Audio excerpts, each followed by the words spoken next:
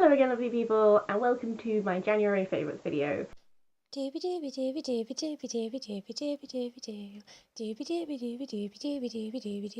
Vlogs. It's been a little while since I've done a favourites video. I've really enjoyed a lot of stuff recently, so I thought I would do a quick little video to share them with you.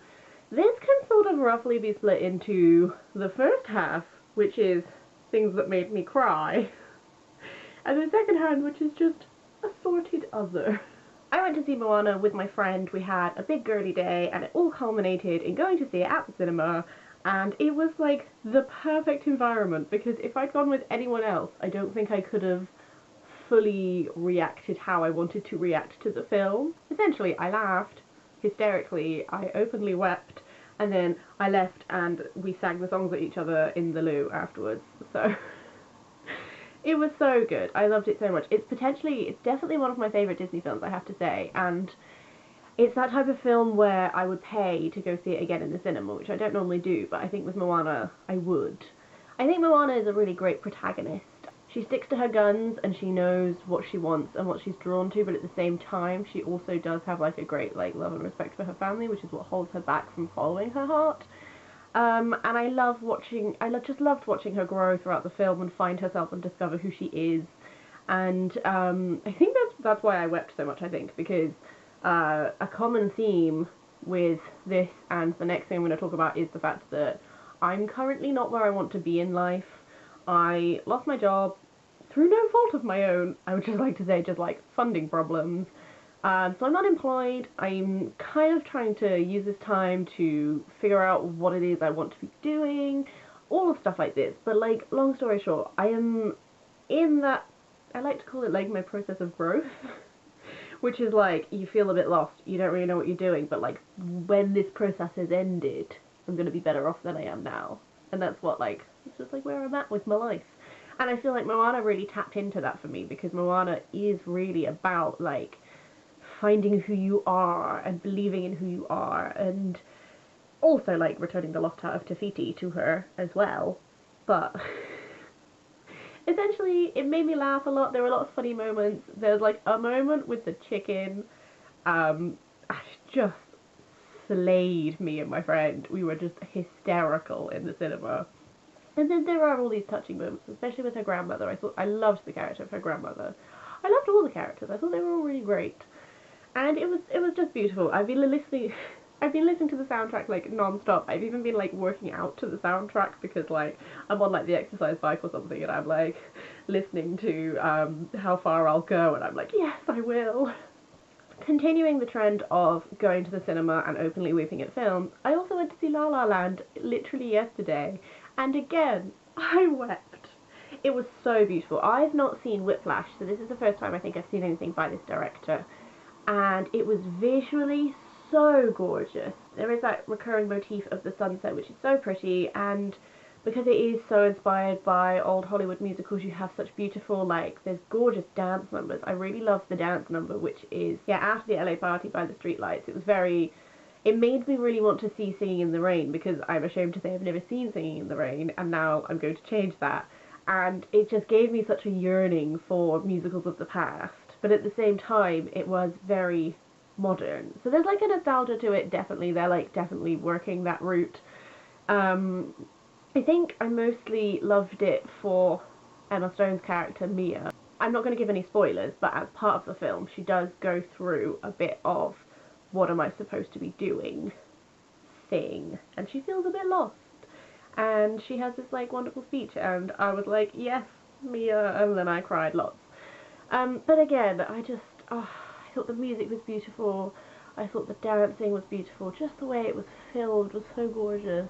I was just like captivated the whole time, and I felt very emotional at the end. Not just, oh, I've cried a bit, I'm sad, but just genuinely like full of emotion. And yeah, it was really gorgeous, actually. These two are also part of my drive to actually go to the cinema more. When I'm filming this, Hidden Figures isn't out yet, but it is coming out soon, and I'm definitely going to go see that because I'm very excited for that. And I'm just trying to like keep up a little bit more with like films that are coming out and going to see them in the cinema, especially because, I don't know about you guys, but if you have showcase cinemas near you, if you go before 12 in the morning, then you get cheaper tickets. so that's always a plus.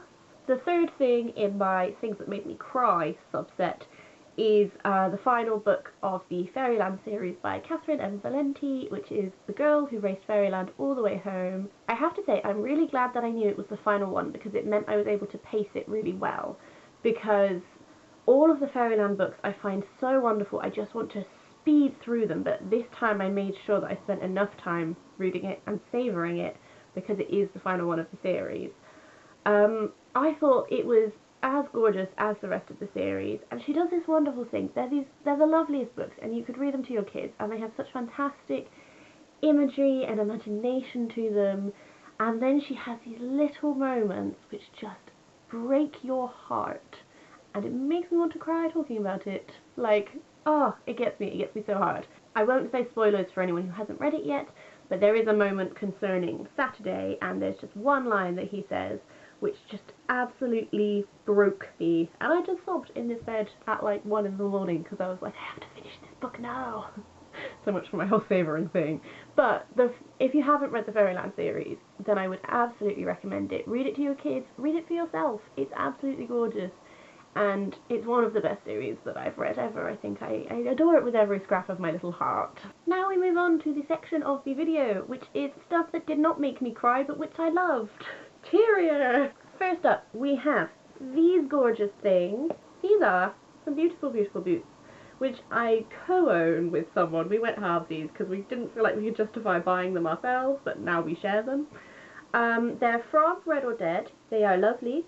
They're tapestry, but I think tapestry can sometimes look really bad if it's not done well. For example, if you don't match up like where the seams are, if you don't make an effort to like at least make it look okay, I think it looks a bit weird. But these I think are a really gorgeous tapestry, not too busy, but lovely. I really like the colours. They are also the flipping comfiest things to wear. I'm not great with heels, but these are chunky enough and comfy enough that I wear them all day, and I love them, and I think they're gorgeous. Continuing on a clothing route, I also have this dress, which I am currently wearing. This was a Christmas present, but I chose it and asked for it. It's from Collectif, which is Collectif with an F, not a V-E at the end. I'll include a link below in case you want to check out any of their stuff. They do like vintage style clothing, which is a style that I think I want to just incorporate a bit more of. I've been having a big clear out of all of my stuff. I'm sort of embracing that like January, new year, new me thing while it lasts. I'm like piggybacking on that motivation. So I've been clearing out a lot of clothing and being really like, I'm being quite strict with when was the last time I wore this, etc, etc. I'm essentially just trying to break away from that whole fast fashion, constantly gotta be buying new things, blah blah blah blah, and I'm trying to go for I buy less but I buy better quality and stuff that really fits me and suits me and all of that sort of thing. So I'm just trying to become like a better consumer in general, really. So this was like a step towards that because it's just a better quality. Another thing I got for Christmas that is on my favourites list is this.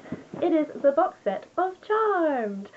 I can't believe that I've never watched Charmed. I mean, I've seen the odd episode, like I am familiar with Charmed, but I've never just like sat down and watched all of Charmed. And then I found out like at the start of December that Charmed was being removed from Netflix on the 1st of January, and I was like, I can watch 8 seasons in a month. Spoiler alert, I can't. That's ridiculous. Why did I ever think I could?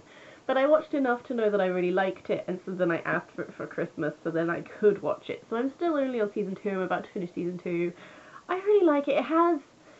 I feel like they've really nailed down what their structure is. You know, like with Buffy, everyone always says that like season 1 is where they're finding their feet, and then season 2 is where they really got that structure down, and you have like Monster of the Week and that sort of thing. I feel like Charmed got there a bit quicker than Buffy did, because it was like, okay, this is the sort of thing that works for the show, this is what we're going to do, and now we're just going to go forward. I know obviously that Sharon Doherty, who plays Prue, leaves the show and she's replaced by Rose McGowan. That's actually all I kind of know, so I'm really enjoying it. It's like they've become, you know, when you watch a show and it just becomes like a really familiar thing, and then so watching it is quite comforting. I've got that down with Charmed, I think. It's not something I watch if I want to see something like new and exciting and amazing, but I just watch it like a lot if I want to like wind down on an evening, because they just feel very familiar to me now. My final two things are internety things. So the first one is My Life as a Background Slytherin. This is by Emily's Cartoons. I'll include links below to her Instagram and Twitter and Facebook. It's just a really funny little like webcomic installments that are all closed comics, but they're imagining her life if she was like a background Slytherin in the Harry Potter world. I really love when she draws Snape. I think it's really funny, and I just think she's got a great sense of humour, and I just find them very entertaining, and they brighten up my little day when I see them, so I wanted to share. And then the final thing is a podcast. I want to recommend the podcast Alzabo Soup, which I will include a link to below. I run a podcast called You Know What I Like with my friend, and our March episode is going to be a collaborative podcast with the Alzabo Soup guys, talking about Gene Wolfe, specifically The Sorcerer's House, and then a short story, The Toy Theatre. And they were really lovely. They came on our podcast. It was really, really nice to have them. They were very lovely, and they also seriously know their stuff. Gene Wolfe, having only read these two things, is someone who you really have to... You can read his book normally, but I don't think you really get out of it what you want if you do that. I feel like he is someone who you need to reread. And even having reread The Sorcerer's House, I still had so many questions. So talking to them and also listening to their podcast has been really great, because you come away and you're like, but what about this thing? And what about this thing? And what does this mean? And generally, like, they are so well up on his stuff. I haven't finished listening to their podcast yet. I'm about halfway through. But they're saying all these things, and it's like opening my eyes. I'm going like, oh my god, I didn't even register that, and I've read it twice. Like, it's really great. So if you're in any way a fan of Gene Wolfe, or want to become a fan of Gene Wolfe, then I would really recommend them as like your reading companions. I think they shed a lot of light on things. That is it for my January favourites. This is just a sprinkling of things which I've been particularly enjoying this month. Do let me know in the comments below what you've been enjoying this month. If you have any recommendations for me, either based off of all the stuff I've talked about, or just in general, just because you think I might like them. It's always good. Yeah, I hope you've been having a lovely start to the year, and I hope that the year continues to be absolutely fantastic for you. See you next week.